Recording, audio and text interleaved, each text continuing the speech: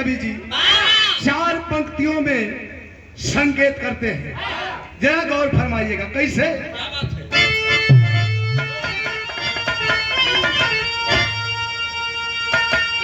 तो जिस जिगर में मोहब्बत वतन का भरा, उसके जज्बात से मौत भी मुंह छुपाए। अरे इस आजादी का हम शाम होने न देंगे, भले तो इस सीने में खंजर चुभाए। पूरे धरती का जन्नत है कश्मीर मेरा, जो गिरा है पाकिस्तानियों के नजर में। हम बंधे हैं शिकंजों में कानून के, कर मिले छूट तो मारेंगे घुस के घर में।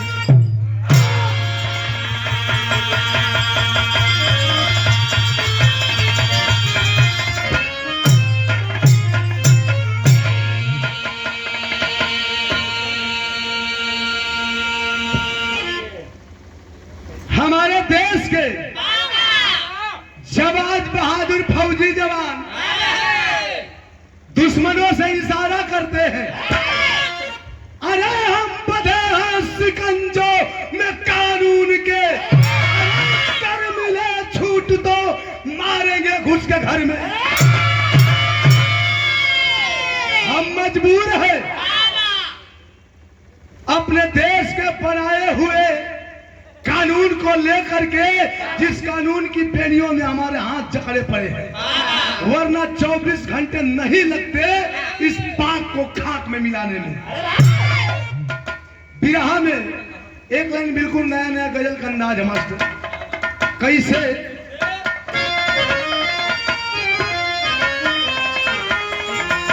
हारमोनियम भी जिया हल्का सा, थोड़ा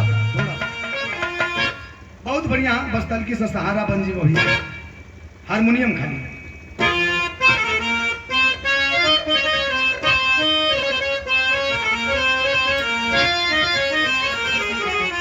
कोई आशिक मन ही मन किसी हसीना को दिल दे चुका है, इशारा करता है, हेलो तुम मानो या ना मानो, मुझे तो हो गया है। बजाओ बताइए।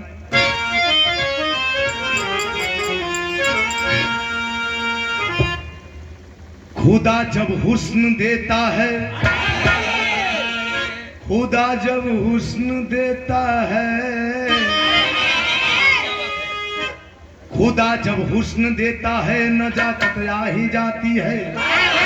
कदम चुन चुन के रखती हो, कमर बल खा ही जाती है। नजर झुका के मत जा, और नजर से तीर चल जाई। आ तू हम के ताकि दे बुए ज्योति, तो हमार तकदीर बदल जाई। यही कहता है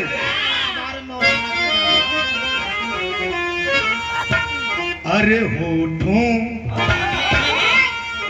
होठों पे तेरे प्यार का, अरे होठों पे तेरे प्यार का इजहार होना।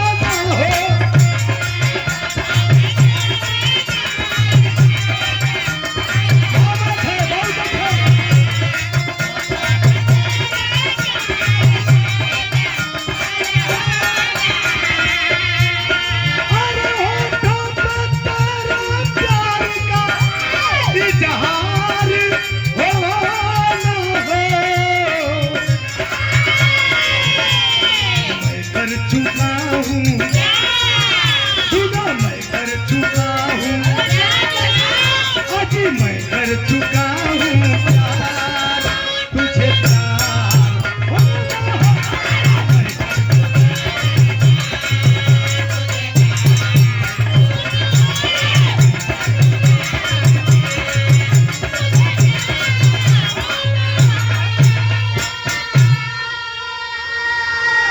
पीरों की परिभाषा क्या होती है, पहचान क्या होती है, जरा सुन लीजिए।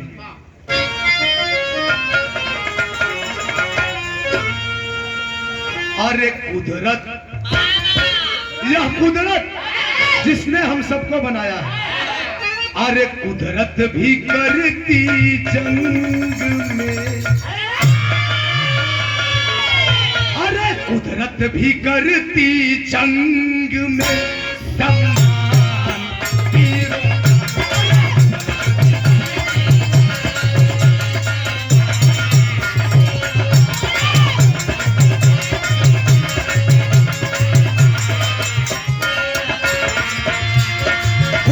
भी करती जंग में सम्मान पीरों का।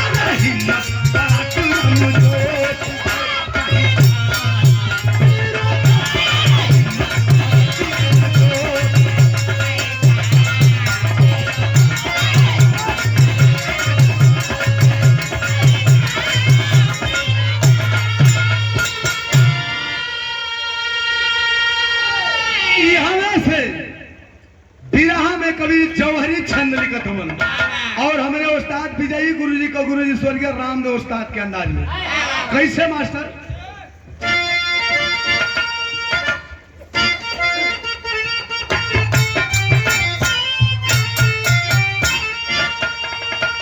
यह भारत देश हमारा जो धर्म गुरु कहलाता,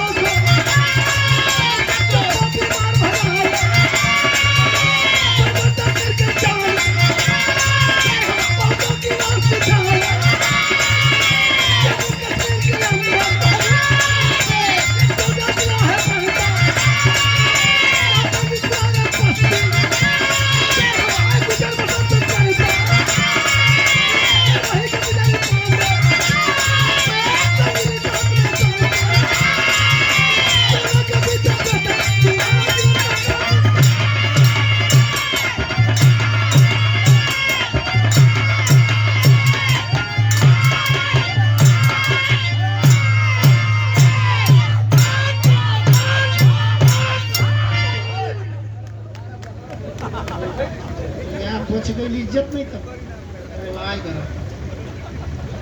बाजा लोग मत नॉर्मल व्यवस्था है ठीक काहे न मानत। अरे भाई तनी जोश का बात है, जोश आ जाला जाए तो फाटी तो यही कर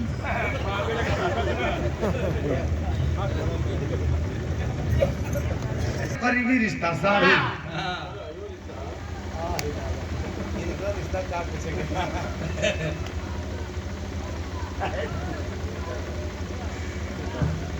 और इस पूरे भूभाग पे अगर दुनिया में कहीं की धरती को स्वर्ग कहा जाता है, जन्नत कहा जाता है, तो वो है हमारे हिंदुस्तान का हृदय, कश्यप मुनि की धरती, कश्मीर की धरती, जिस धरती के लिए हम और हमारे देश के जवान मरने और मारने पे उतारू हो जाते हैं।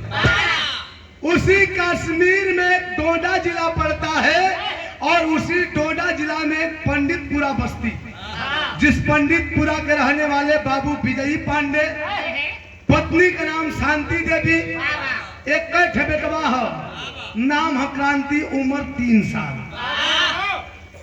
15 अगस्त आने वाला था।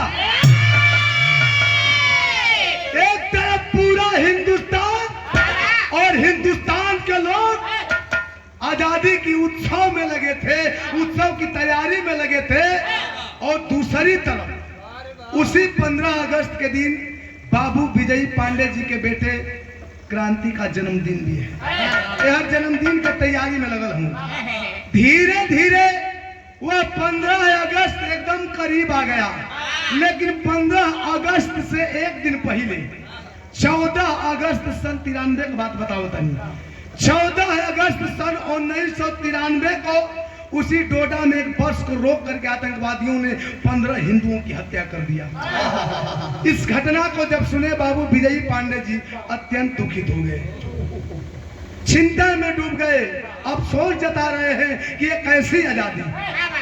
कहने को तो हमारा हिंदुस्तान आजाद हो गया, लेकिन अभी तक हमारी कश्मीर की धरती आजाद नहीं हुई, हमें पूर्ण रूप से आजादी नहीं हुई। यही चिंता में हुआ तो उनका दुल्हन अड़ोस पड़ोस से, पास पड़ोस से घूम के न्योता बांट के आवत है। शांति देवी देखली चेहरा पर उदासी, टेंशन में देखत अली कि हम सैया चिंता में हो। सवाल करें, बिरहा में कोई गीत बताऊं?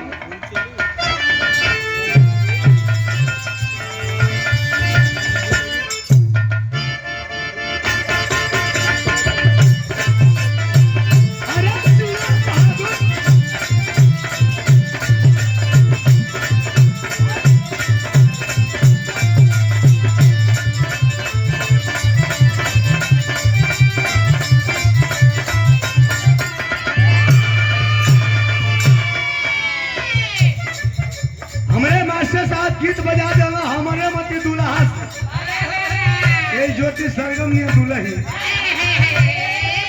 जैसे ही उदसला नहीं बैठल है।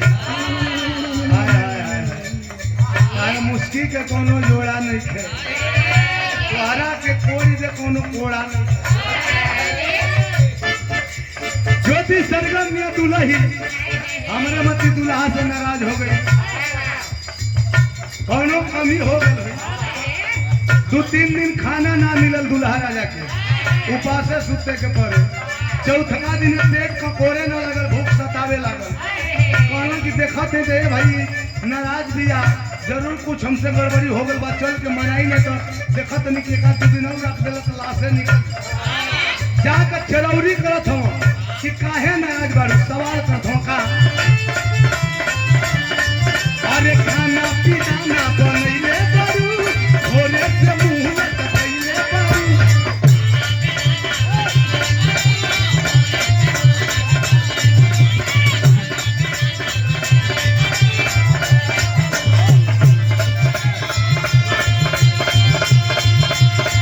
अरे खाना पीना ना बनैले बारू, भोरे से मुंह में तकैले बारू।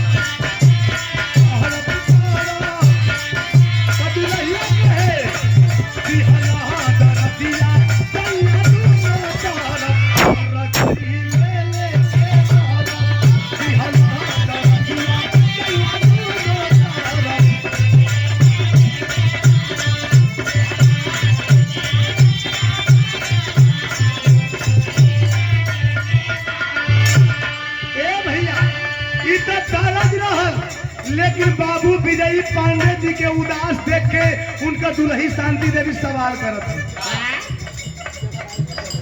देख के सवाल करत है विजयी पांडे से कहा, अरे बबुआ के काहे जन्मदिन बा, ये सही मन काहे मोहल्ली बा।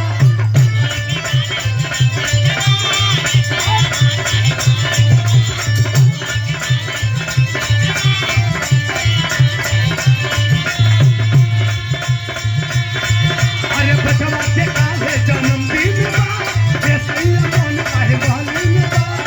कैसे के करार कब है, कैसे के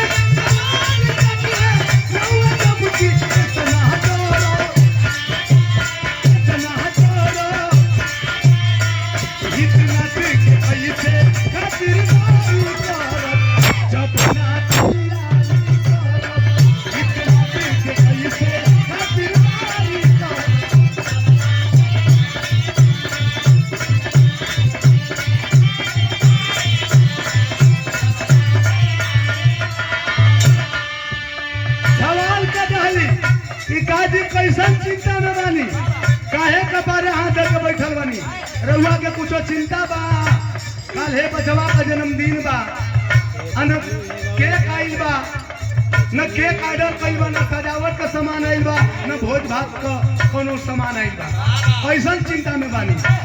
बाबू विजयी पांडे जी कहत हन कि तू घर में रहेलू, तोरा तो घरवे में रहे के बाद देश का हाल चाल से मतलब तो के कुछ पता बा आज का घटना के बारे में।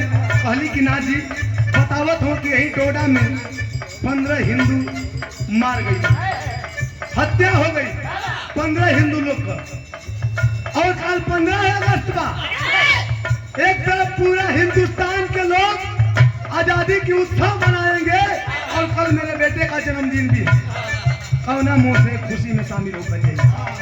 शांति देवी कहली कि देखी जब रउए इतना टूट के बिखर जाई, इतना नर्वस हो जाई, तो हमारा बचवा 3 साल का उम्र हो, जब रउआ नर्वस हो जाई तो हमारा बेटा अपने जन्मदिन का केक कैसे काटी। कोनो नया बात नहीं के छोड़ी, एगो काम करी, नहीं पैसा है जाई ना बजरिया पिया,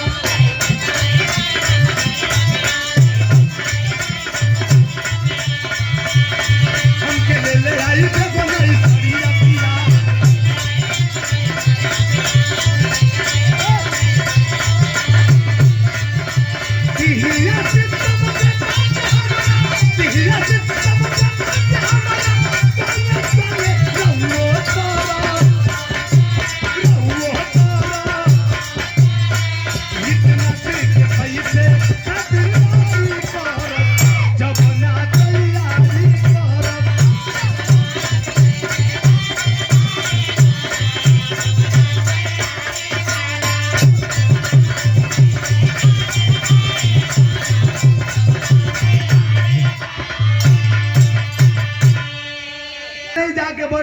के लेके आई, न सजावट का सामान आइल बा, न भोज भात का, न केक ऑर्डर कइल बा, जल्दी जाई।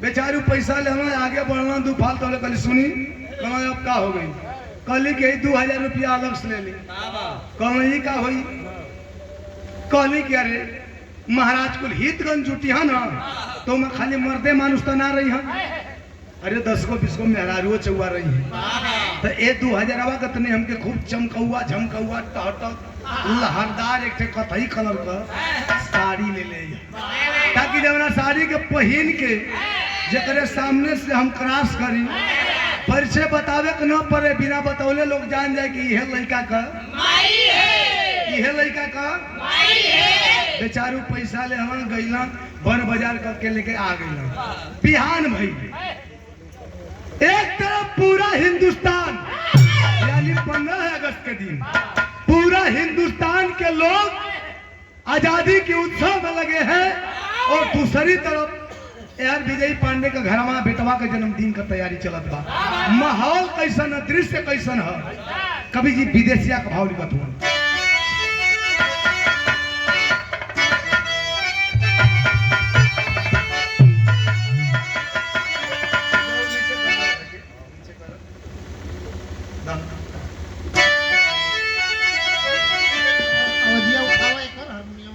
ये ना हाय रह दाना बुझाई तो मत छुए, बुझाई तो छुए बुझाता नहीं के बुझा, छोड़ दो बैठो। अरे शांति के क्रांति सजल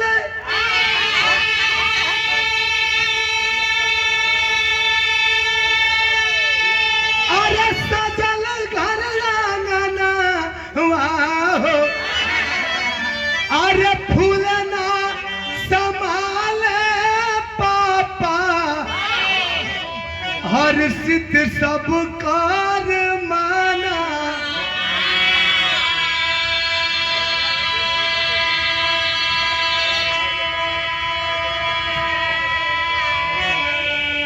ए भैया एकदम घर में खुशी का माहौल बा। माई अलगे छुड़गत है कि हमारे बेटा का जन्मदिन है। बाबू विजयी पांडे अलगे सीना टाइट करके एकदम चारों ओर कमी बेसी देखत हूँ, व्यवस्था में कोनो कमी तो नहीं के ना। ए मगरू एने आई बा कहीं कोनो दिक्कत ना भैया, एकदम दिक्कत ना है। पड़का आइल बा निकाल का। हाँ मालिक पड़का तो आइल बा, ऐसा है कि इतना धुआं उड़े के चाहिए, पड़का इतना फूटे के चाहिए कि लोग दूरे से देखे तो जान जाए कि हाँ तो कोनो बाप अपने बेटवा का जन्मदिन मनावता। ए भैया धीरे धीरे शाम भइल, सूर्यास्त भइल, यानी किरण डूब गई, अनमुनार भइल। जब केक काटे का समय भइल तब अरे गोदिया बिठा के माई अरे कहली बेटा केक काटा, तबल एक बिजली काटल बा तेही छाना।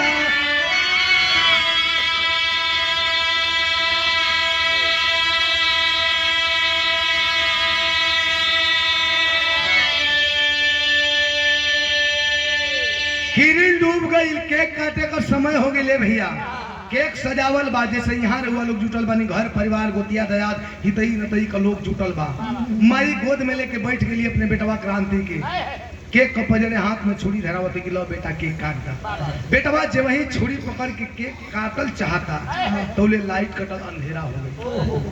तब अरे आई ले तंकी सबके अरे चारों ओर से घेरी घेरी अरे तारा तारा कोलिया चलावे बेईमाना।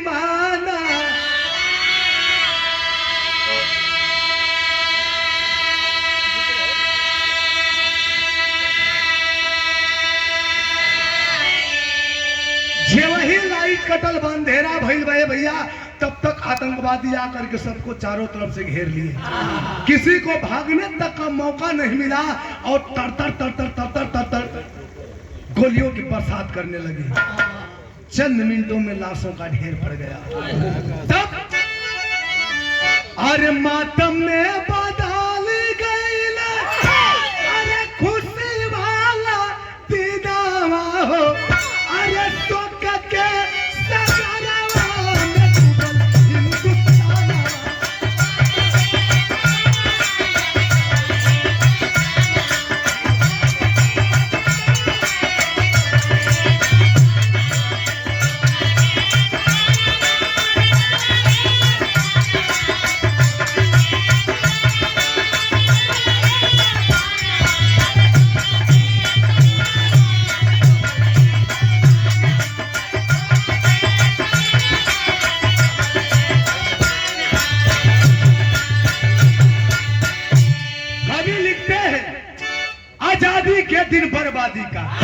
आजादी के दिन बर्बादी का मंजर कश्मीर के वादी में कितनों का घर उजड़ गया आतंकवाद की। दुनिया में इंसान बनाने वाले भी आज शर्मिंदा है। लाशों की ढेर में विजयी पांडे जी अभी भी जिंदा है। लाशों का ढेर पड़ा हुआ है, लेकिन भगवान की मर्जी से लाशों की ढेर में से विजयी पांडे जी घायल तो हुआ, लेकिन जिंदा खड़ा हो गया, बचल हुआ, जिंदा हुआ। तब विजयी पांडे ढूंढ रहे बेचैन नैन से शांति को जब नजर पड़ी है बेटे पे झट गोद में ले लिए लाश उलाट पुलाट के अपने दुल्हन शांति देवी का तलाश करत हो विजयी पांडे। न जिंदे पता चलता न मुर्दे पता चलता, तब तक नजर पड़ी है लाशों के ढेर पे कोने में बैठ करके 3 साल का बेटा क्रांति खेल रहा है मगन बा। 3 साल का लड़का का बुद्धि है कितना उ का जानी जिंदगी का होले मौत का होला, खुशी का होला गम का होला, ओके का एहसास हुई। बाबू विजयी पांडे जी की नजर पड़ी, दौड़ करके बेटे को गोद में उठा करके और प्यार दुलार करने लगे। लेकिन ले बेटे को विजयी पांडे, ले बेटे को विजयी पांडे जालंधर भाग के आए हैं। रहे लंगोटिया यार भीम सिंह घर उनके शरण तक बेटे को लेकर के जालंधर भाग के आ गए। जालंधर में के रहल उनका लंगोटिया यार भीम सिंह रहे वाला उडोडा में कर कश्मीर का, लेकिन जालंधर में उनका लंगोटिया यार बड़न कैसे बिरहा का लास्ट में हम साबित कर। ए भैया अपने यार के परिवार में भीम सिंह के परिवार में बेटे को लेकर के आए, सारी दुख भरी व्यथा सुना रहे हैं, सारा परिवार गमगीन है। लेकिन भीम की पत्नी सीमा उस्तम, भीम की पत्नी सीमा उस्तम बच्चे को गले लगाई है। चिंता ना करिए भाई जी तब धीरज उन्हें। भीम सिंह का दुल्हन सीमा विजयी पांडे का बेटवा क्रांति के गोद में लेके जैसे के मतारी अपने बेटा के सीना से लगावे ली लेके दुलार प्यार करत थी और संतावना देती कि भाई साहब चिंता मत करिए, ऊपर वाले पे भरोसा करिए, उनके घर में देर है अंधेर नहीं है। यानी अपने यार के परिवार में अपने बेटे को लेकर के बाबू विजयी पांडे जी गुजर बसर करने लगे, जिंदगी बितावे लगल। धीरे धीरे समय बीतत भये भैया, धीरे धीरे लड़का चटकारू हो गल, नाम लिखा गयल, पढ़े आवे जाए लगल। एक दिन स्कूल से पढ़ के शाम को जब घरे आयल नाश्ता पताई कह के निकल गल फील्ड में खेले कूदे खातिर। फुटबॉल का गेम होता, दरुआ लोग जानीला कि हर गेम में कबो कबो कुछ गड़बड़ी हो जाए। ता अपना आपके सच साबित करे खातिर, विश्वास जीते खातिर, भरोसा दिलावे खातिर लड़का कुल क्रिया खाना, कसम खाना। कोनो बजरंग बली का क्रिया खाता, कोनो काली माई का कसम खाता, वैसे ही क्रांति बेटवा भी कसम खाता कि महतारी कसम। तो ले दूसर की टिमिया का एक बिगड़ाई रहल, कहला चुप रह, तू का माई का क्रिया खा ले रे, तोर माई कहाँ आई है? तो ये हो यारी आ गल, कहला हाँ जौन घरवा यहाँ हमार माई है तो तोर माई है का? वही टिमिया का दूसर का लड़का कहला सरे पगला झूठो किसी आदमी। ये सही कहता, जौना के तू माई समझे ले वो तोर माई ना है। तोर माई का तो पते ना कि तोर माई जिंदा भी है कि मर गई, जौन के तू माई समझे ले तो खाली तो के पलले पसले। ए भैया क्रांति बेटवा का ई बतिया सिनवा में तीर का तरह चुभे लगा। घर जाता है बिना खाए पिए, पिताजी के बगल में सोया है। 12 बजता, बतिया सोच सोच के लइकवन का मेहनवा के बारे में सोच सोच के रोवता क्रांति, आंख से आंसू चलत बा। सिसकी रोवाई का आवाज जब बाबू विजयी पांडे जी का कान तक पहुंचल बा, वही राती उठ के बैठ गए। कहा बेटा काहे रोवत हो बेटा, कोई कुछ कहला सका, कोई से झगड़ा हो गला? बेटा बा कलश की ना पिताजी, किसी से झगड़ा नहीं हुआ है। एक सवाल जो मेरे सीने में तीर की तरह चुभ रहा है, और जब तक कि सवाल का जवाब नहीं मिलेगा मुझे सुकून नहीं मिलेगा। बाबूजी कहला बेटा तू तो पढ़े में बड़ी तेज हुआ हो, कौन सवाल में फंस गई? कलश की बाबूजी का जौन माई के माई कहिला का बार माई नहीं के।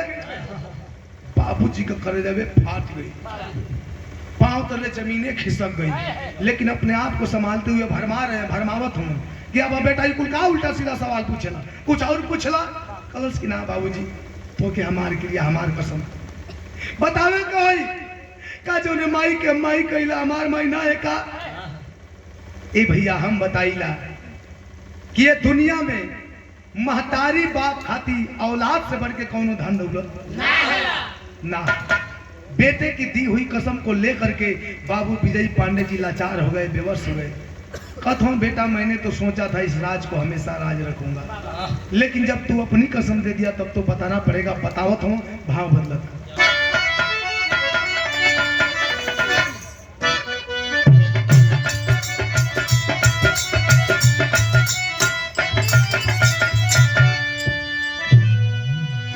आंखों में आंसू है, बेटे से बता रहे हैं क्या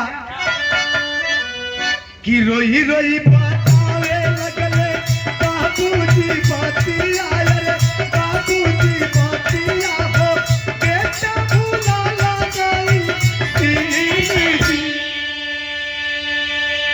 बेटा आज भी वह दृश्य मेरी आंखों के सामने फिल्म की तरह चलता है। मैं चाह के भी उस दृश्य को नहीं भूल पाता हूँ। कौन सा दृश्य पापा? फिर बताते हैं। 15 अगस्त संती रंग दे के रातिया थी, रंग दे के रातिया में मनत लाल तोरे जन्म दिन। बेटा सन 93 की बात है। 15 अगस्त के दिन एक तरफ पूरा हिंदुस्तान आजादी का उत्सव मना रहा था और दूसरी तरफ ए बेटा हमन तो हर जन्मदिन मनावत रही जा। सब इतना दुआरा पर जुट गई डालन, केक सजावल गई तो अरमाई तोरे हाथ में जी वही छुरी धरौली केक काटे खातिर। केक अब ना कटल तोले लाइट कट गई, अंधेरा हो गई। अंधेरा होते ही आतंकवादी आकर के सबको चारों तरफ से घेर लिए। आतंकवादी आ गए पापा? हाँ बेटा। फिर क्या हुआ पापा? फिर बताओ। तारा तारा गोली लाचा लौले बेईमाना वाचा, लौले बेईमाना वाचा उनसे दानतिया भैरव दी।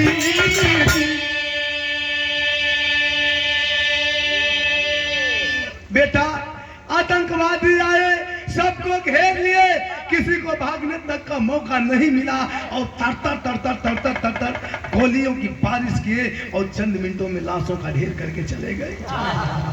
फिर पापा मैं और आप कैसे बच गए? बेटा ऊपर वाले की कृपा से। बताओ थोन कि तोहरा के लेके बेटा जनवा बचाई भगली, जनवा बचाई भगली तासिया पाता वही। बेटा भगवान की मर्जी से मैं भी बच गया, तो भी बच गया, लेकिन तेरी माँ को लाशों की ढेर में बहुत ढूंढा, बहुत तलाशा, ना जिंदा पता चला ना ही मुर्दा पता चला। तब मैं तुझे ले करके भागा, जान बचा करके आकर के अपने यार के परिवार में इसी जालंधर में जीवन व्यतीत कर रहा हूँ। जब इतनी बतिया सुन लिया बेटवा क्रांति तो शरीर का रोटेशन बदल गई, भावना अब चेंज होता होगा, तो बिरहा का रूट भी चेंज होता, बिरहा तनी और गर्माता, तर्ज बदल गई।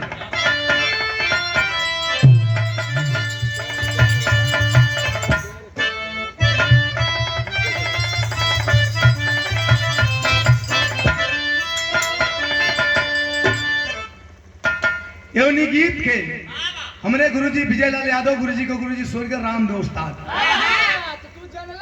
हमारे गुरु बतावे ना कि जब गावे स्वर्गीय रामदेव गुरु जी गीत तो फिल्मी है, लेकिन जब गावे तो मिश्री से भी मीठ लगे।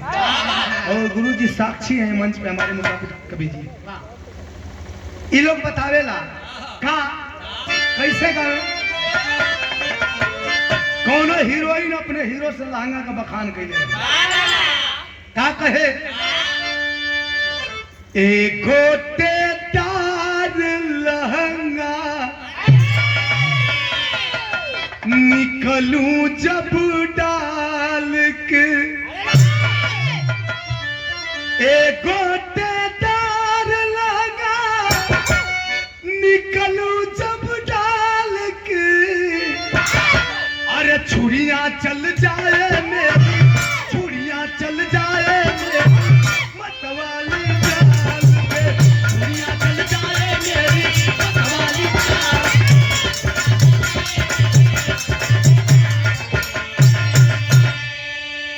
लेकिन जब क्रांति बेटवा बाबूजी का बात सुन ले हो तब ओकर रोटेशन चेंज बा। अब ओकर अंदर चलत का कैसे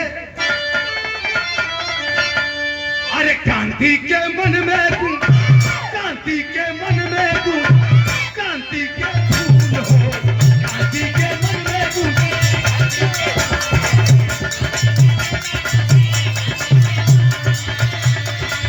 क्रांति के मन में तू, क्रांति के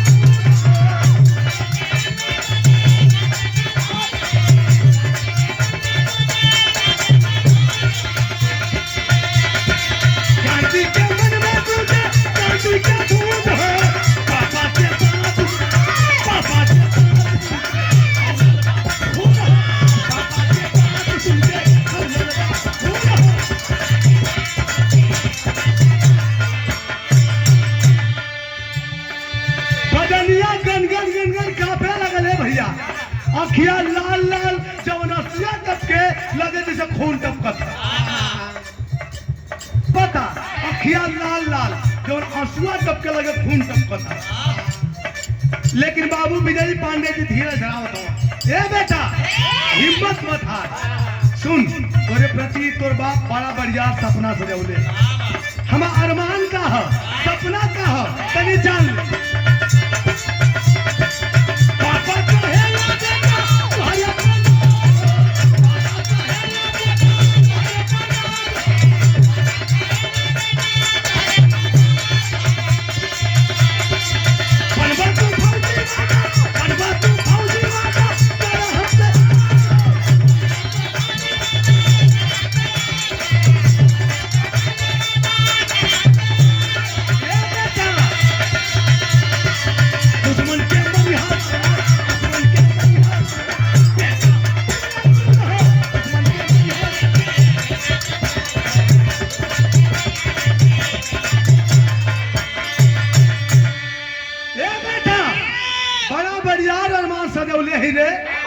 तो कि हम फौजी बनावल चाहिला। चाहती तो इतना समर्थ बा कि पढ़ा लिखा के तो के जज बना देती, कलेक्टर बना देती, इंजीनियर बना देती, डॉक्टर बना देती, चाहे कंडक्टर बना देती। देखो ये आदम जमाना गया। अरे अरे बड़ा में पैसा है यार। यार कौनो महतारी बाप अपने बेटा के औलाद के ड्राइवर खलासिया कंडक्टर बनावे के सपना देखे गलत बोल गए। ए भैया बात हो कि लेकिन हम तो के फौजी बनावल चाहिला। अब फौजी काहे बनावल चाहिला? फौजी के कहल जाला, फौजी का परिभाषा का होले तनी सुन ले समझ ले जान ले, ओकरा बाद हमके अपन जवाब दे दिए बेटा हाँ या नहीं में। बतावत हो तर्ज बदल गई।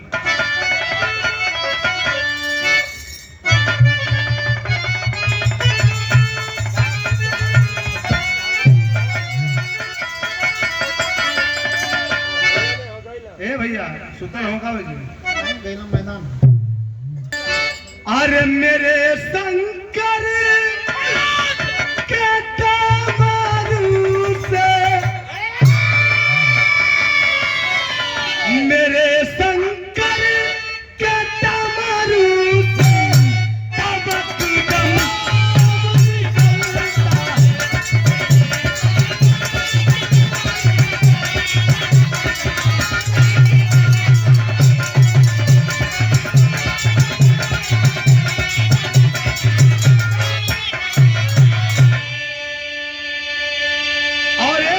पुरस्कार हमारे कवि जी अखिलेश कवि जी के द्वारा।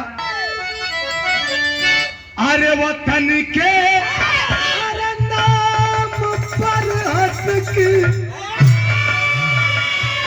वतन के नाम पर हंस की लुटा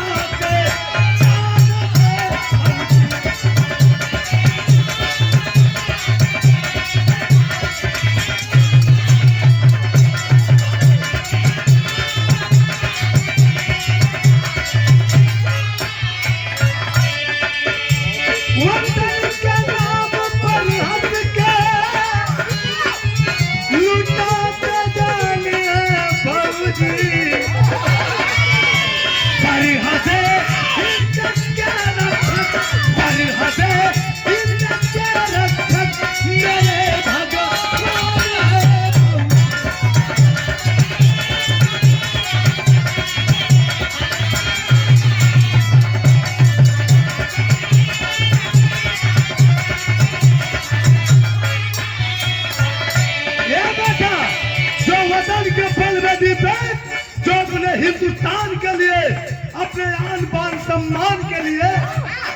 अपने आप को हंसते हंसते कुर्बान कर दे वही फौजी होता है।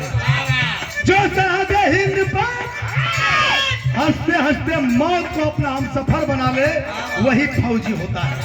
एक लाइन और, सरहद हिंद के रक्षक मेरे भगवान है फौजी, सरहद हिंद के रक्षक मेरे भगवान है फौजी। तिरंगे तिरंगे चलिए हम, तिरंगे चलिए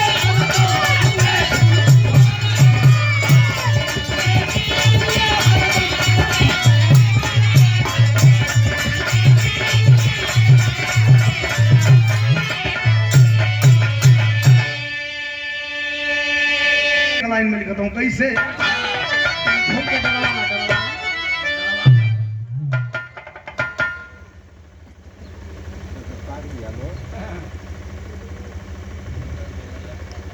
हमरो कम ताके तू तो ताके के ठीक ले बड़ा ताका दिन भर तक कहीं के नंबर मिले या चाहे ना मिले वो सियारा जो सड़ावा के पीछे दौड़त रहे एक तरह बेचारा आसार में गयल कि अब गिरी अब गिरी अब गिरी वो गिरे वाला बा वो सियारा वाला दशा तो हर बा। सुंदर पुष्पहार और 100 रुपया पुरस्कार हमारे अखाड़े से, हमारे गुरु घराना से ज्योति सरगम जी, बड़ी अच्छी गायिका आप लोगों ने देखा और सुना भी। जितने सुंदर है उतने सुंदर इनकर गायकी है, आवाज है। और आप लोगों का से आपका अल्ट्रासाउंड करी पूर्वक कहीं का इस सुंदर पुष्पहार और 100 रुपया पुरस्कार पंच सभे का आशीर्वाद लगे। सब भैया लोग के प्रणाम, हाँ आशीर्वाद दे सभे। ए भैया जब इतनी बात सुन ले हो तो कवि जी तेरी का भाव लिखता हूँ कैसे। अरे जवानी वतन दीवानी बनी गई, जवानी वतन दीवानी बनी गई, लगा के तिलक खून का गर्जा,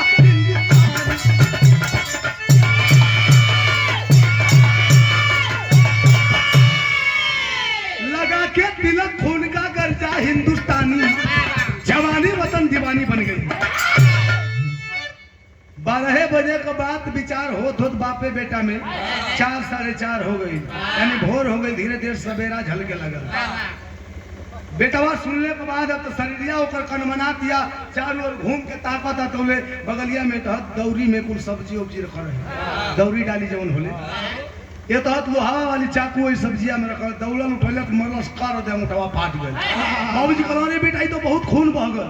कहला सारे चुप रहा, जवन तू घटना बतावत हो वो खुनवा से बेसी तना टीका ऐसे ही लीलरा पर लगा के कलश की देख ला, एक खुनवा में तोहरो खून शामिल बा, अम्बाइयों को खुनवा शामिल बा, और यही खून को सौगंध कि तोहर बेटवा तोहर हर सपना साकार करी, तोहरे हर उम्मीद से 100 कदम आगे रही। तू 1 कदम आगे चलबा तो तोहर बेटवा 101 कदम आगे चलबा। ए भैया बाबूजी कहला बेटा तुमसे यही उम्मीद थी, यानी क्रांति के सर पे फौजी बनने का जुनून सवार हुआ, मेहनत किया, रियाज किया, फौजी बन गया। सन 2013 में जब फौजी बन गए तब फौजी लड़का जब भर्ती होला फौजी में तक ट्रेनिंग होले, जब ट्रेनिंग पूरा हो जाले तो कुछ लंबा छुट्टी मिले ले और आराम खाते ब्याह शादी वही हाँ जवन भी कार्यक्रम में कुल संपन्न हो जाए कि कब लड़ाई लाग जाए, जब छुट्टी जल्दी मिली कुछ लंबी छुट्टी मिले ले। वैसे ही क्रांति फौजी भी वही ट्रेनिंग के बाद छुट्टी में आया घरे, टोपी वर्दी पहले ही सोहर के बाबूजी का गोड़ धरता, बाबूजी हचाक के उठा के सीना से साट ले चुमत चाटत हम। कहला बेटा आज मुझे बड़ी फख्र है, मुझे नाज है कि मैं तेरा बाप हूँ और भगवान कोई के औलाद दत्त हमरे बेटवा जैसन, हर घर में तोहरे जैसन बेटा हो। लेकिन ए बेटा बदन पे फौज की वर्दी चढ़ गई है, लेकिन एक फौजी का कर्तव्य होता है, एक बात जान ले, ये पूरा हिंदुस्तान एक फौजी के के लिए उसका घर होता है। और हिंदुस्तान में रहने वाले चाहे किसी भी जाति धर्म किसी भी संप्रदाय के लोग हो, एक फौजी के लिए पूरे हिंदुस्तान में रहने वाले लोग उसके परिवार की तरह होते हैं। तो जो तुम्हारे घर पे, जो तुम्हारे परिवार पे बुरी नजर से देखने का हिम्मत करे, आंखें नोच लेना। देश के लिए सर कटा देना, सीने पे गोली खा लेना, पीठ पे वार कभी मत सहना, पीठ दिखा करके मत भागना। जोश भारत हूँ बेटवा कला से बाबू पहले ही से इतना जोश है, जज्बा है, एमा बारूद भरल है। आए के तनको से उसको फाट जाई जे विस्फोट हो जाए। कला नहीं तब ठीक है, सही हरले रमोका खाती। ए भैया बेचारा भर्ती हो गल, तब तक तिल कहरून का ताता लगे लगल, अगुआ लेके दौड़े लगल, अगुआ का लाइन लगे लगल तिल कहरून का साथे। लड़का फौजी बा दौड़े लगल। आज तक तिल कहरू आवत हो जरूर, लेकिन फौजियन में असमंजस हो जाता। जौन बिचवा में एक भर्ती निकल रहा है अग्निपथ वाली, ओमा भर्ती भैला के बाद सेनन के अग्निवीर के उपाधि मिलत। अब वो है खत्म कहाँ होने वाली बात। जौन मोदी जी आदरणीय मोदी जी लगा देना खत्म ना हो। हाँ, धरती खत्म हो जी, नियम खत्म ना हो। ए भैया तिलकारू कुलावत हो तब असमंजस में रहत हो। अबे पानी पटावो तो फिर छुअत ना हो सब। पहले लड़का के बढ़ावत तनी बात विचार हो जाए। अब वो लड़का आई तब घरे में से टाइट फिटिंग में आया, सावधानी में खड़ा हुई गोड़ पे। तिलकारू कमजोर दिल का चिहूं के खड़ा हो जाए। ठीक है बेटा, ठीक है ठीक है। हाँ, अब पूछाइए बेटा का करे लो, तब का करो तो तन की और टाइट खड़ा हो जाए। अगर का कहे कि फौजी है, जैसे बुझाए कि कोई का कर्जा दिले, फौजी है, कहना ठीक है फौजी हो तो टेढ़ियात का टेढ़ियो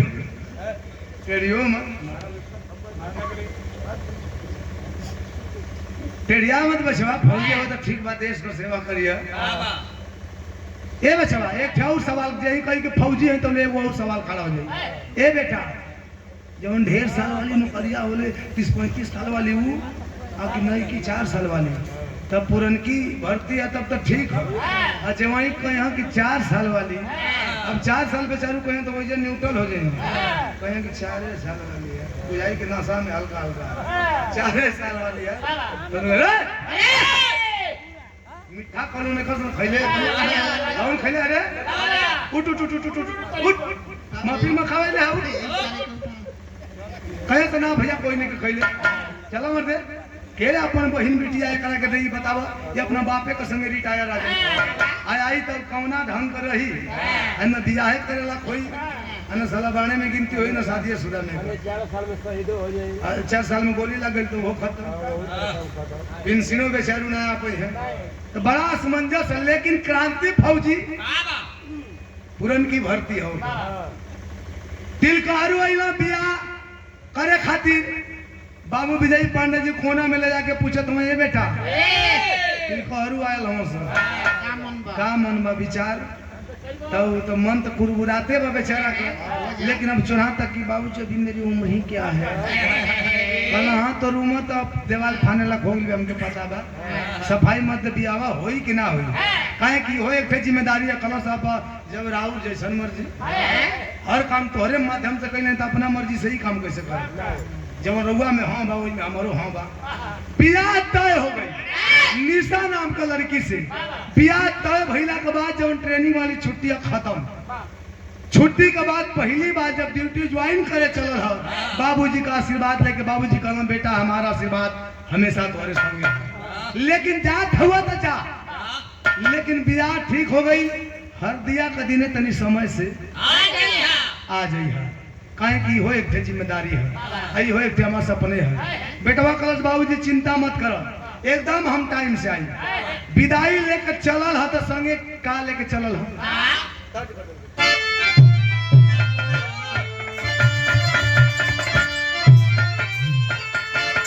फिल्म का नाम है दादा। 2 ठे दादा, एक ठे मिथुन चक्रवर्ती का मिथुन वाली ना तब कौन बहुत जवन पुरान या दादा विनोद मेहरा बिंदिया गोस्वामी जी का हीरो हीरोइन से चाहे हीरोइन हीरो से केहू से कोई कह सकता का कहले रहल अरे दिल के टुकड़े टुकड़े करके मुस्कुरा के चलिए।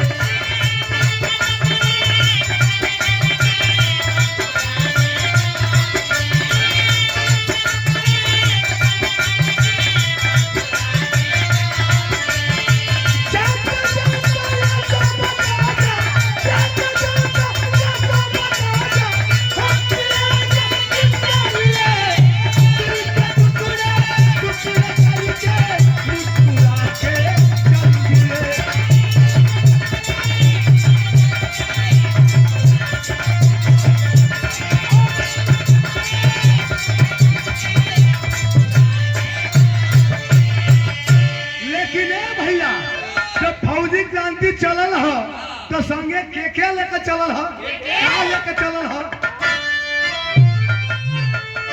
अरे दिल में हिम्मत चंगी जवानी ले बहादुर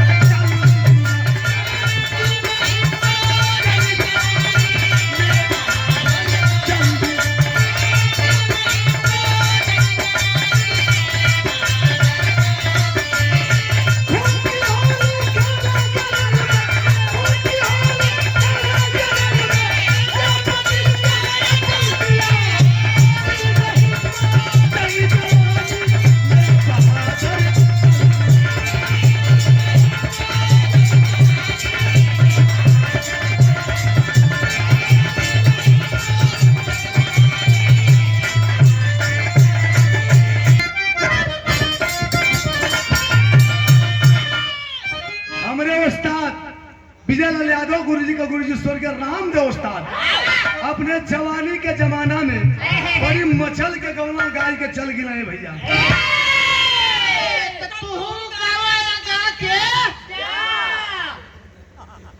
ताकत का हुआ ये रहब तुम्हारी मान देखा तनी सोच घरे घरे हट हमार तू कहाँ भेजे तल हम बुझत का करबो बोझा पर भाई घरे जाए बताई का करब हम कैसे गावे अरे बारी उमर कमर लचकनिया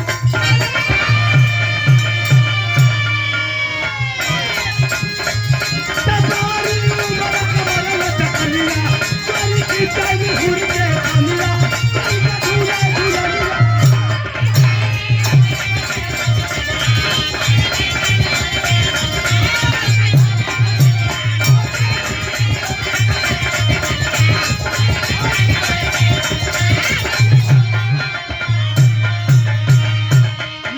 फौजी क्रांति का ड्यूटी कहाँ लगल है भाव अरे सीधा तान खड़ा है मोती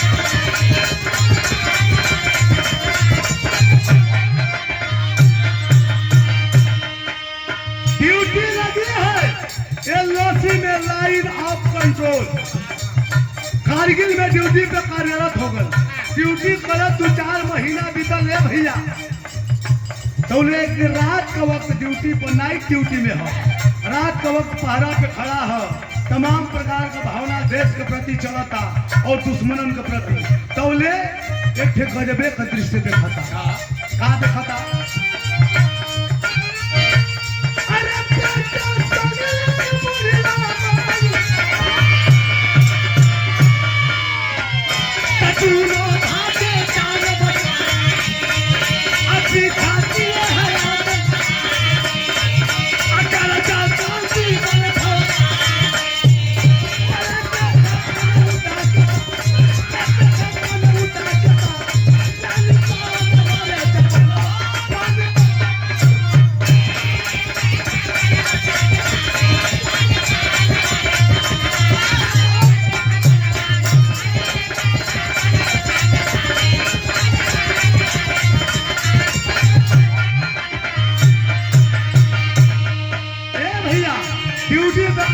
देखा था कि अंधेरी रात हो, तनकी लौकता, देखा था कि एक थे बुढ़िया और बुढ़िया के संगवा एक थे जवान लड़का आगे आगे भागत हवन और वहनी का पीछवा आतंकवादी हवन, पीछा कैले हवन, कबो कबो फायरिंग भी करता हवन। देख करके समझ गया कि ये बुढ़िया और बुढ़िया के साथ जो जवान है ये हिंदुस्तानी है और ये साले आतंकवादी इन्हें मार देना चाहते हैं, तो ऐसा कतई नहीं होगा। उठा लिया AK-56 अपने जवानों को ले करके और आगे बढ़ा, जा करके भिड़ गया आतंकवादियों से। तब घंटन गोली चल रहे भैया, लेकिन अंजाम का निकल है।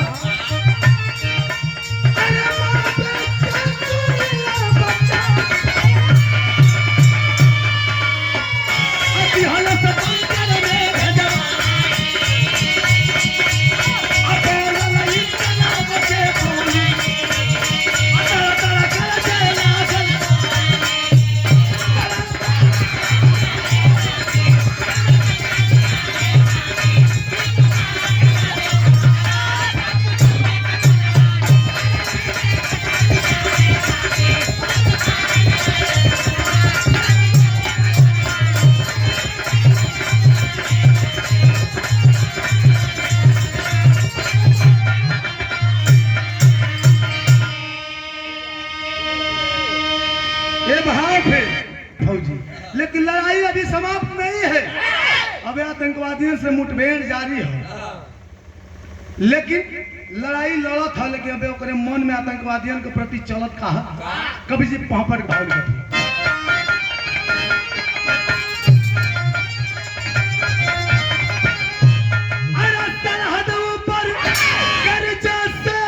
सपूत बूत ना केहू के, सपूत बूत ना केहू के, पानी जला के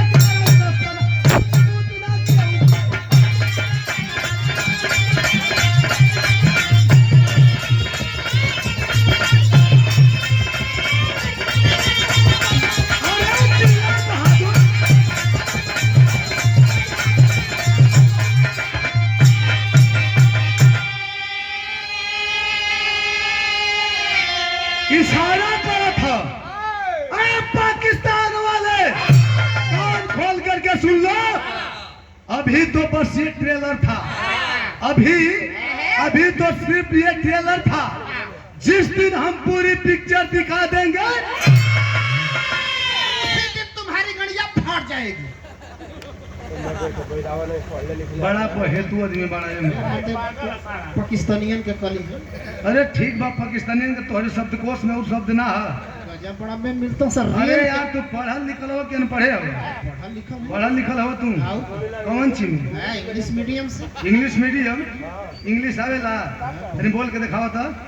ये बेइज्जती करे। ना बोला तनी इंग्लिश मीडियम से। अच्छा आप इंडिया बॉय कोट नीचे जाके ई कौन अंग्रेजी नीचे जाके गिजबिज ई कौन स्कूल में पढ़ावल जाला? इंग्लिश का शब्द है। माने कौन स्कूल में पढ़ल हो? आड़ी बाड़ी बताओ यानी बानी का एगो यारो यानी बाड़ी बोले का माने स्कूल हो ए भैया इशारा करा था कि अभी तो बस ये ट्रेलर था।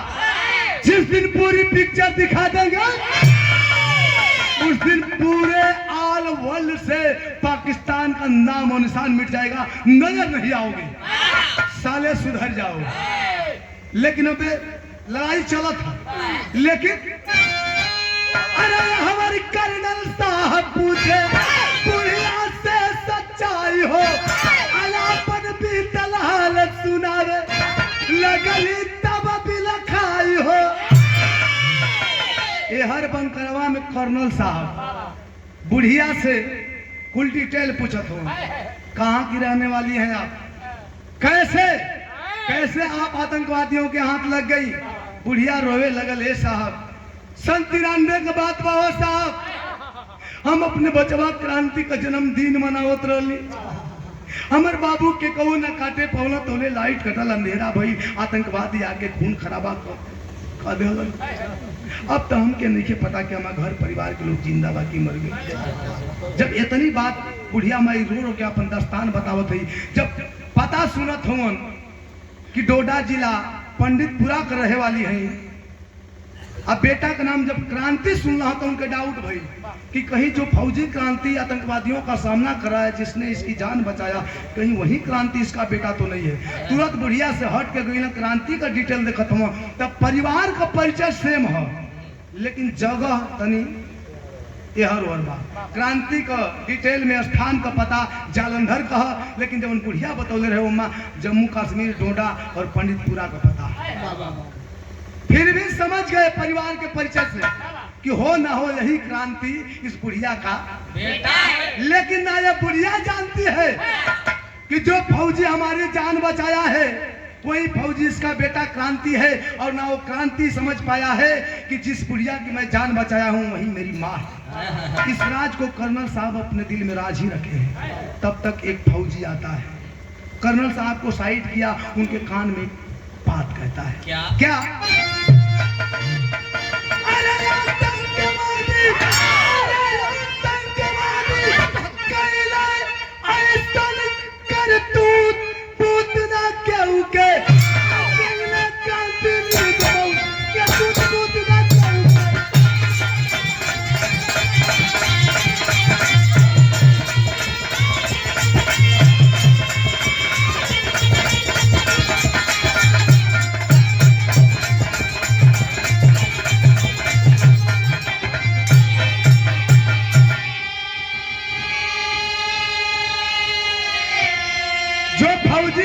कर्नल साहब को साइड में बुलाया, उनके कान में धीरे से कहता है कि साहब जी क्रांति फौजी शहीद हो गया।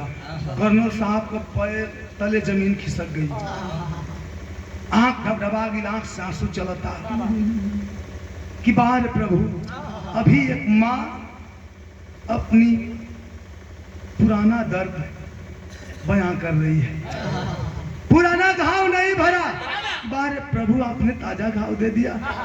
लेकिन इस राज को अपने दिल में राज रखे हैं। उस फौजी को बताते हैं कि जिन्हें पता है, लेकिन आप किसी के कानों तक इस बात का खबर नहीं होना चाहिए। इस राज को राज ही रखना। लेकिन कवि जी आल्हा के भाव लिखत हूँ,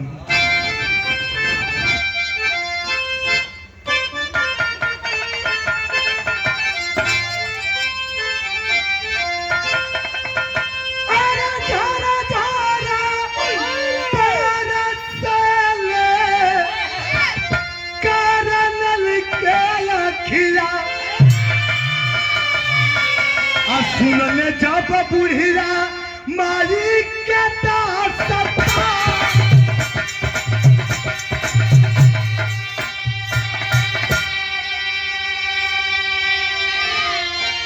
अरे वाली गाड़ी से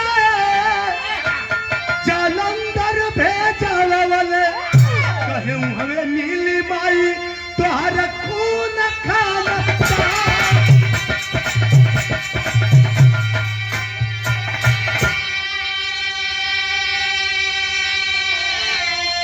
कर्नल साहब का अखिया बरसत या बुढ़िया माई का दस्तानवा सुन के, लेकिन कहा कि माँ आप एक काम करिए, मैं फोर्स वाली गाड़ी से आपको छुड़वा देता हूँ, साथ में एक दो फौजी जवान भी रहेंगे। आप इस जवान के साथ, जवान बुढ़िया के संगवा लइकवा रहा, आप इस जवान को लेकर के जालंधर चले जाइए। बुढ़िया रोवे लगल कि ए साहब हम जालंधर जाके क्या करब हो साहब, हमारे घरवा तो कश्मीर में न बा, कश्मीर में न रहल।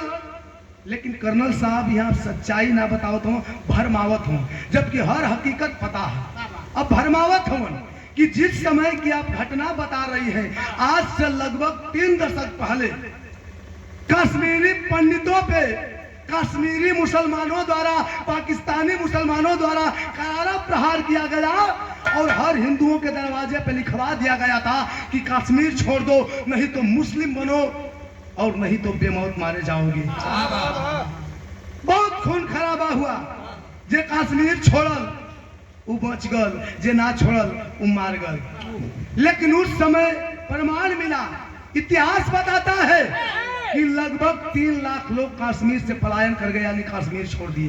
तो मेरा अनुमान कहता है जिस समय की अब घटना बता रही है उस समय 3 लाख लोग कश्मीर छोड़े, और हो सकता है उन्हीं लोगों में से बहुत से लोग जा करके जालंधर भी बसे हैं, बहुत जगह लोग बसे हैं, कुछ लोग जालंधर में भी बसे हैं। तो मेरा अनुमान कहता है कि हो सकता है आपके खून खानदान के लोग, घर परिवार के लोग वहां पे मिल जाए। जानत हर सच्चाई हूँ कि इनका बचल खुचल परिवार जालंधर में क्रांति का डिटेल देखला के बाद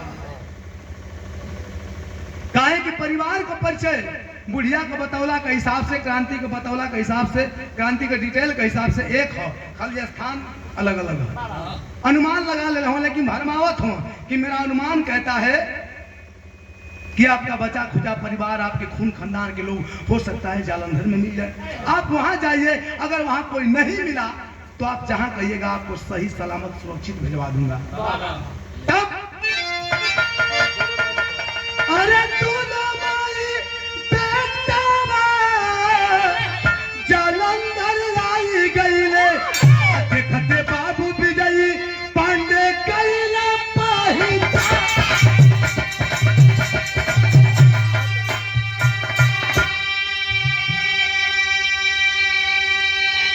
अरे रोई रोई हालिया पूछेला दुलही से कहना रहलू कैसे पवलू पातवा थे।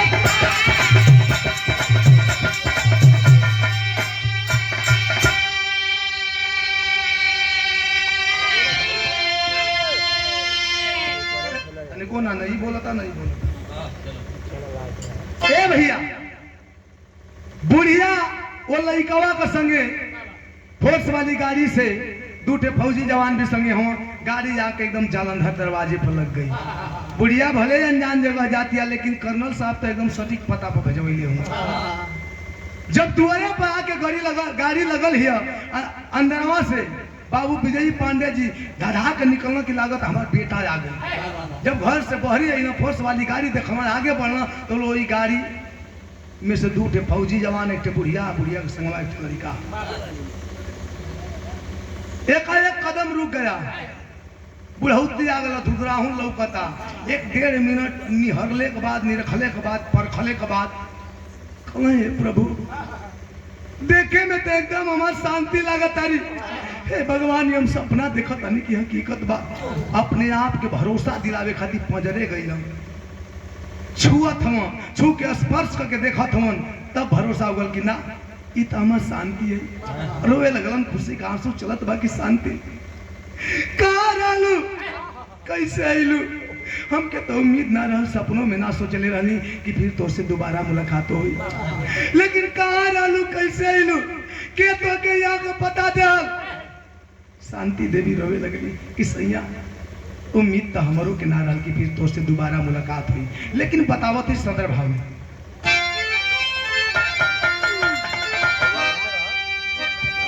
अरे लेके पापी गए लाहौर चलिया,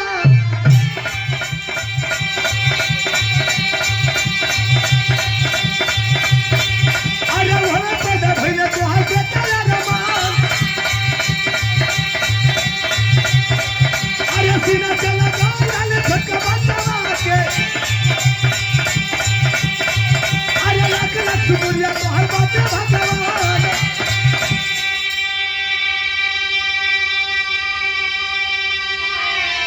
शांति देवी रोने लगली कि सैया उम्मीद तो हमारा के ना रहा कि तो से दोबारा मुलाकात हुई, लेकिन भगवान की मर्जी से हम बच गईली। लेकिन जब खून खराबा भइल ना, हमके भरोसा ना रहा कि तू जिंदा हुई बच। लेकिन हम आतंकवादियों के हाथे लग गईली और ले जाके पाकिस्तान के लाहौर के जेल में बंद कर दिलन। जौना समय हम गर्भवती रहनी, माई बने वाली रहनी, ये राज तो से छुपौले रहनी, बतौले ना रहनी। और वही लाहौर के जेल में ये लड़का पैदा भइल, और इहो जब देखा था तुहरे बेटा बा, तुहरे खून बा, तुहरे निशानी बा।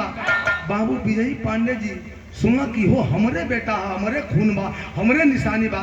दादा के सीना से लगा लेना, कहाँ बाहर है प्रभु। एकाएक इतनी खुशी कैसे बर्दाश्त हुई प्रभु। लेकिन अरे माई के नजरिया जो है क्रांति देखता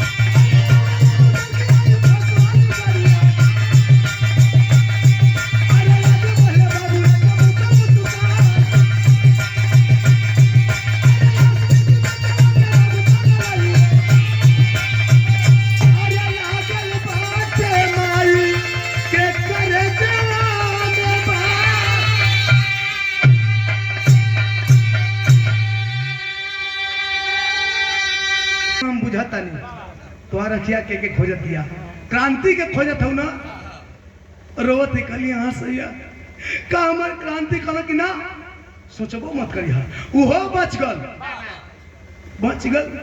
कहाँ बा हमार लाल कहाँ ना जानत हूँ पढ़ा लिखा के ओके फौजी बना दिले देश का सेवा करेला और आज सही मौका बहुत सही मौका पर शुभ अवसर पाए है जवन भीड़ भड़ाका देखत हूँ ओकर बियाह तय कर दिले आज ओकर हरदी है बड़ा सही समय पाल हूँ उहो होते हुई थोड़ी देर इंतजार कर ए भैया 25 से 30 मिनट बीतल तो दूसर की फोर्स वाली गाड़ी हरारा ताके दुआरे पर लग गई जब गाड़ी आई देखला कहते चिल्लाते दौड़ना कि देखा हमार बेटा आगे लावा लो गाड़ी को पंजरे पहुंचल चाहत हूँ कुछ दूरी बाकी है तो बोले वही गाड़ी में से फोर्स वाली गाड़ी में से 4 फौजी जवान ताबूत के साथ बाहर होते हैं ताबूत खोला गया चेहरे के सामने से तिरंगे झंडे का कफन हटाया गया जब बाबू विजय पांडे जी दिखला हाँ कि मेरा क्रांति शहीद हो गया चिल्ला पड़ अरे बुढ़ैया तो बिगाड़ दिले रे बेटा ई कवन दिन देखोला है बेटा हम तो सपनों में ना सोचले रहनी कि यो दिन देखे के पड़े चिल्ला के रोत गिर के बेहोश हो गई लेकिन जब बुढ़िया शांति देवी सुनली कि हमार बेटा क्रांति शहीद हो गल ओकर लाश आइल बा बचपने का चेहरा देखले है जवानी का चेहरा याद ना है कैसा ना देखल ही ना है धीरे धीरे आंखों में आंसू लेकर के धीरे धीरे लाश के पास जाती है जब चेहरा देख ली है चिल्ला पड़ली आय हो लाल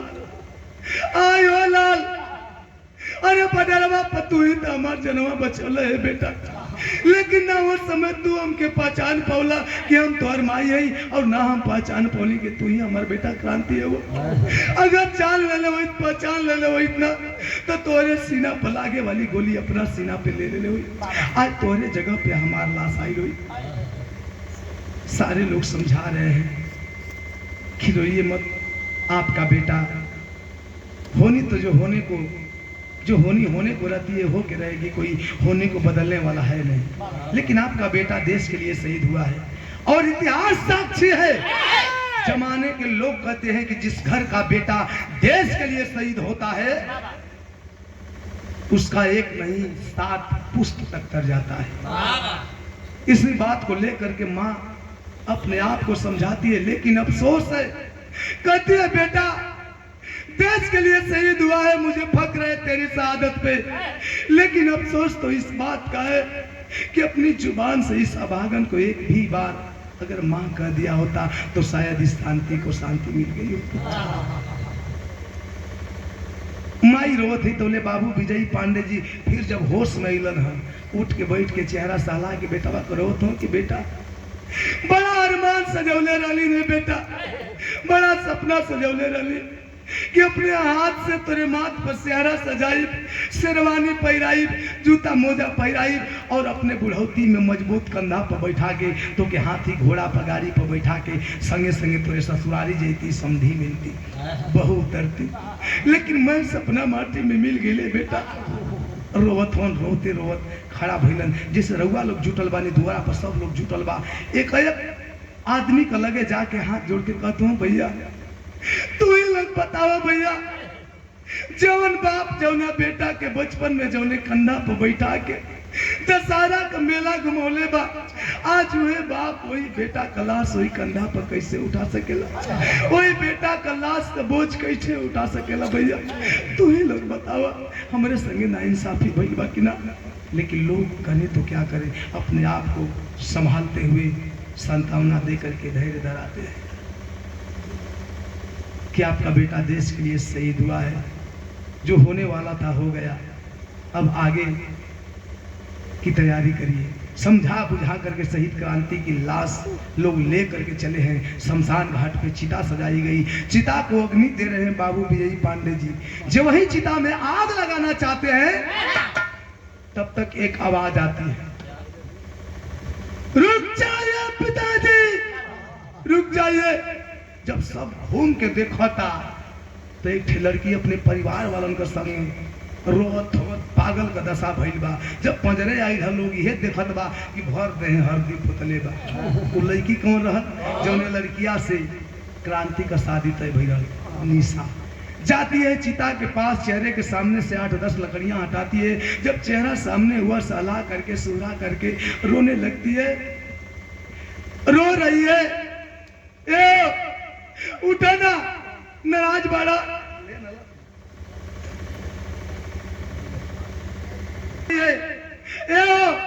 उठा ना, 2-4 दिन तो से फोन पर बते नहीं ना कि इतना नाराज हो गई ला। उठा ना, आँखियां खोला ना, मुँह से कुछ बोला ना। जैसे फोनवा पर डांटत रहा हमसे कोनो गलती भइल बा तो उठा डांट ला, मार ला, गरिया लबा कि एक बार हमसे बोल दा। रो रही है और एक बात कहती है। एक बात आप लोग इस लाइन को खूंटा बांध लीजिएगा, इस लाइन से इससे बड़ा दर्द एक स्त्री के जीवन में हो ही नहीं सकता। क्या कहती है आखिरी भाव?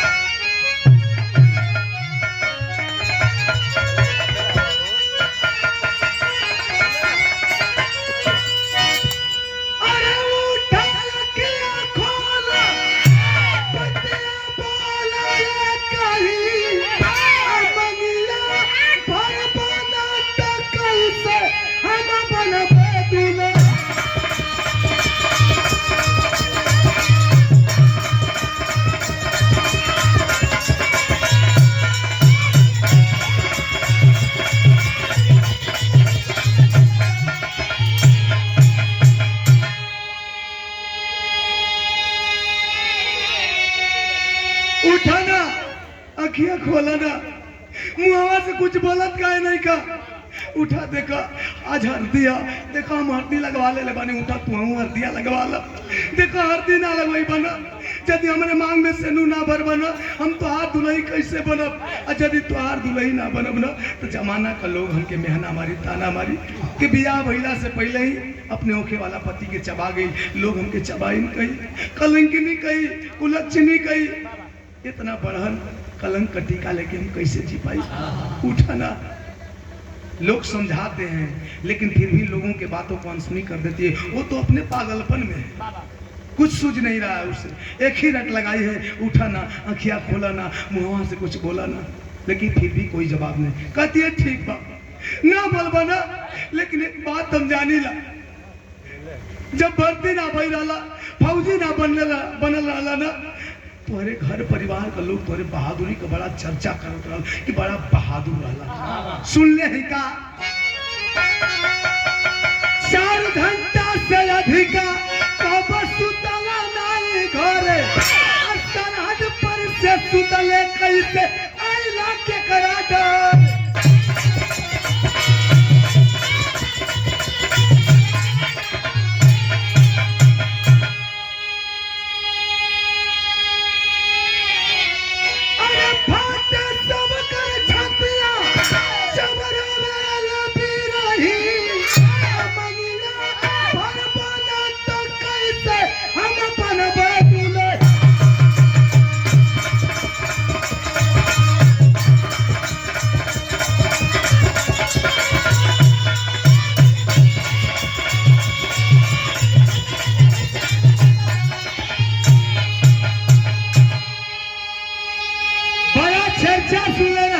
कि जब तू भर्ती ना भई रहा तो 4 घंटा से अधिका कबो घरे सुतबे ना कैला, और आज हर दिए कदी ने सरहद पर से सुतले यहाँ तक आ गईला हो। अब ले सुतल हो ना, आँख खोलत हो ना, मुँहवा से कुछ बोलत हो। उठा ना, आँखिया खोला, हर दिया लगवा ला, हमार मंगिया भर द, बस यही रट लगाई है।